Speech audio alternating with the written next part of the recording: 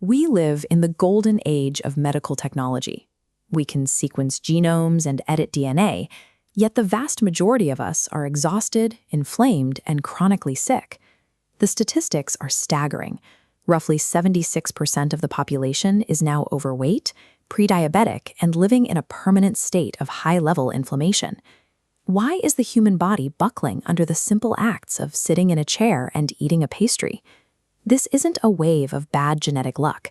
It is a systemic glitch, the result of trying to run ancient biological hardware on modern environmental software that it was never designed to handle. For hundreds of thousands of years, the human body was forged in the fires of survival. It was optimized for intense physical exertion and navigating a world of constant food scarcity. Our ancestors lived by a singular biological imperative: find enough to eat and avoid getting eaten. This perfected our bodies as aggressive energy storage machines, built to lock away every calorie to survive the next inevitable threat. Now, take that elite survival engine and drop it into a cubicle. The threat of a predator has been replaced by the low-level hum of inbox anxiety, and the reality of starvation has been swapped for an infinite supply of ultra-processed carbohydrates. We are ancient survival machines dropped into an obesogenic world, and our biology is catastrophically malfunctioning in the face of that mismatch.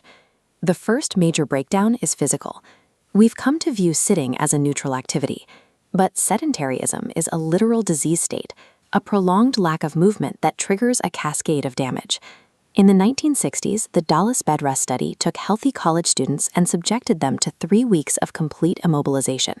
They weren't allowed to move, even to go to the bathroom. The results were terrifying. After just 21 days of inactivity, the cardiovascular systems of these healthy young men had effectively aged by 30 years. This is the baseline we simulate every day at our desks. This lack of cardiorespiratory fitness doesn't just make you tired. It causes your heart to stiffen and physically shrinks the areas of the brain responsible for learning and memory. Sitting is a severe biological trauma. A sedentary lifestyle is now a more accurate predictor of early death than even traditional habits like smoking. Then there is the fuel. In just a few decades, we rapidly replaced our fibrous, whole food baseline with a relentless stream of refined calories. When we eat these ultra-processed carbs, our blood sugar spikes, forcing our insulin to surge to store that energy for a famine that never arrives. Because we never stop eating, our cellular storage units stay full. To compensate, the body pumps out even more insulin to force the excess sugar inside, eventually leading to a state where the signal no longer works: insulin resistance. Look at this anatomical cross-section.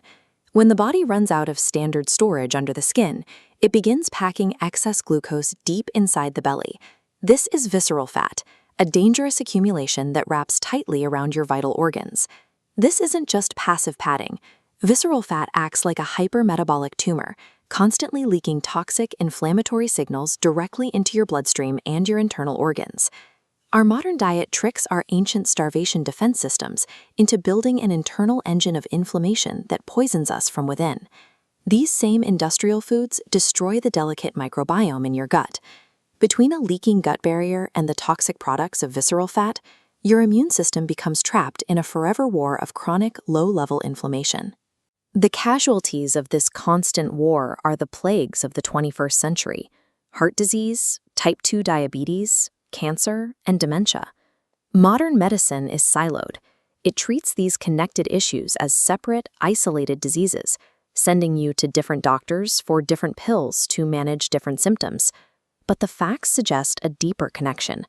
Many of our leading causes of death frequently share a common, hidden driver: the metabolic dysfunction triggered by the world we've built. We don't have to go back to the Stone Age to fix this. We can use targeted behavioral interventions to trigger our ancient hardware into functioning correctly. Take the glucose problem.